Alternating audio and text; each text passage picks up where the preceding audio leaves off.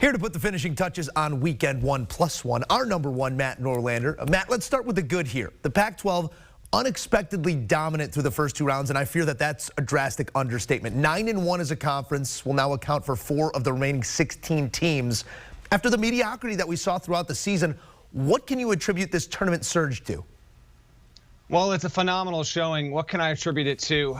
Well, let's go quickly team by team here. UCLA has been re-energized under Mick Cronin, and it's got length and a type of style that Cronin has had some success in the past with lesser athletes at Cincinnati than he has here. Oregon it went through a couple of bumps and pauses. It's always had this kind of ceiling. It's not really that surprising. USC similarly, because it has, a top 3 NBA pick on its roster doing what it did. Listen, my bracket is horrendous. The one thing that I had supreme confidence in that came true, USC would easily dispatch of Kansas because it was a mismatch from the start there. I didn't think it was going to be like that. But still, USC getting it done the way that they have is certainly highly notable. And then no one can account for Oregon State. It is unquestionably, it's just the aberration, and it speaks to some of the luck that happens here. But Wayne Tinkle's done an amazing job. They've won 5 straight winner-go-home games there, and it's a huge.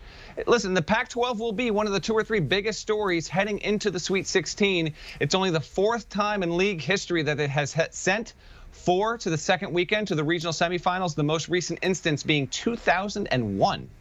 Well, as for the flip side of that coin, for all the good, there is bad and ugly, and both of those belong to the Big Ten. It was the deepest, most talented, most highly rated conference throughout the entire season.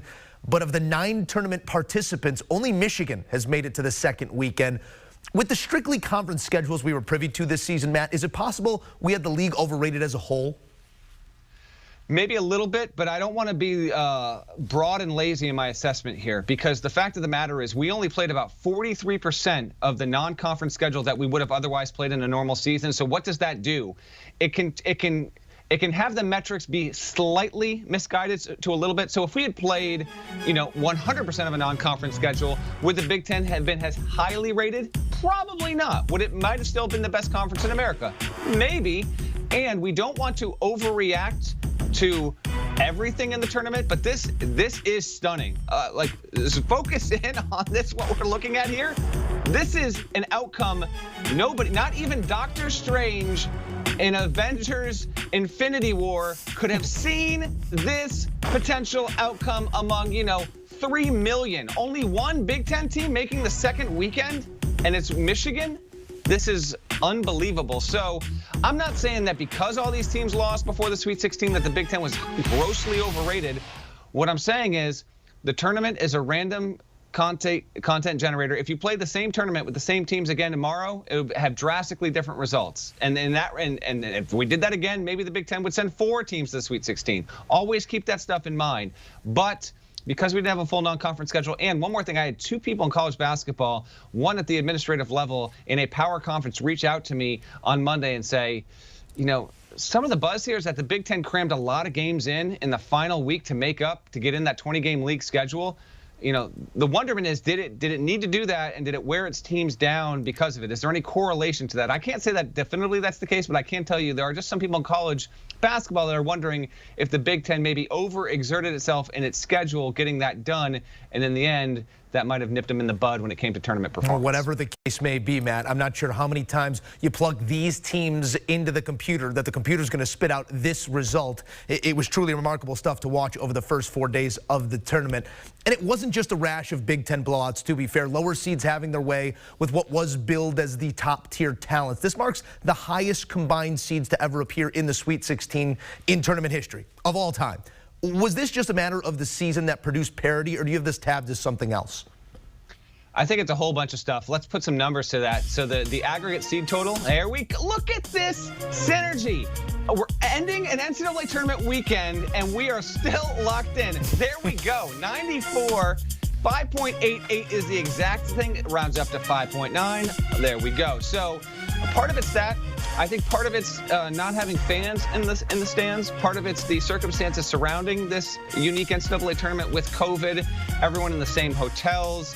You're not getting on airplanes. When some of these teams are getting on a bus literally for 3 minutes and driving around the corner to pull in. That in addition to, again, not having a full non-conference schedule, I think, was also part of it. So, there's no one reason that if anyone tries to tell you they can give you the reason why this happened, they're vamping without anything to truly back it up. We can only make fun theories. All I know is we've got a wonderful blend, and this kind of was what I was hoping for, Joe.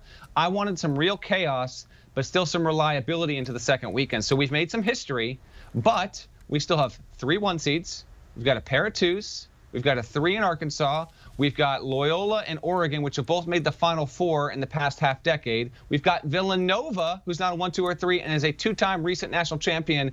And then I don't want to call him the plucky underdog, but the sleeper in this happens to be a program with 11 national titles to its name, UCLA. So there's still plenty of wide appeal. Undefeated Gonzaga is still there. And while we didn't have high moments of real drama in the first weekend, like we didn't have a buzzer beater. The closest thing was Virginia Tech sending its game to overtime against Florida in the first game of the first round. We had some certainly huge upsets and some dramatic tight moments, but we didn't have 5, 6, 7 endings where it's like, oh my gosh, they're trading buckets in the final 30 seconds. We didn't really have that. We just had a lot of noise in the bracket.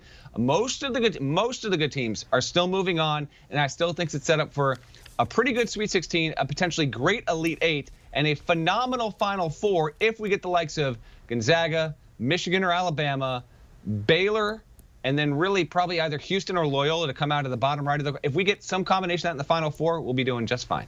You tell us that, and I tell you this. Our team here at CBS Sports HQ working tirelessly throughout the week to put it on a tee for our guy, Matt Norlander. Matt, before we let you go, the round of 16 set to tip this upcoming Saturday and Sunday. I know my guy's got a sweet tooth, so looking at the Sweet 16, which matchups are you most licking your chops for? I think the ones that are going to probably get the most buzz are Michigan versus Florida State, which is good.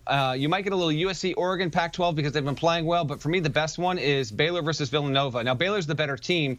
These were 2 of the top 3 teams in the preseason, and remember they were supposed to play each other at Mohegan Sun on the second day of the season, but Baylor had COVID issues. Now it can't. Villanova, coached by Jay Wright, 2 national championships. I just want to see how they get up for this. They won't have Colin Gillespie.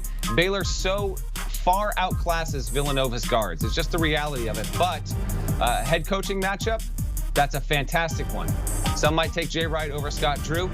Some might take Scott Drew over Jay Wright. For me, this is the most intriguing one, and I think for the general sports audience, when you look at the variety of Sweet 16 matchups, I think this is right there with maybe any curiosity with undefeated Gonzaga, Michigan going against a good FSU team, and anywhere else you might see other matchups. But to me, it's BU versus VU for the Sweet 16, and I can't listen. This is my penultimate hit from my office here in Connecticut. I cannot wait to get to Indianapolis and report for HQ from there in just a matter of a few. Want a sports network that delivers everything that matters about the game? The highlights, the picks, the instant analysis. No yelling, no fake debates, no politics. Hit the subscribe button and never miss a moment.